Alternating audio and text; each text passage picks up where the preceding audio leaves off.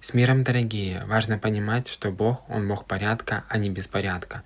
Сейчас, к сожалению, многие верующие, они не готовы к этому хаосу, агрессии, то, что происходит в мире. А все почему? Потому что потеряли призвание.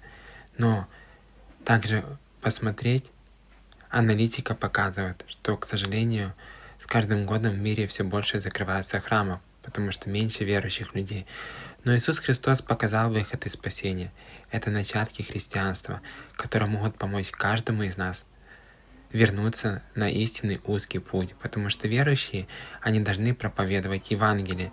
И также важно понимать, что сам Бог поставил церковь, поставил то звание, апостолы, пророки, служителя.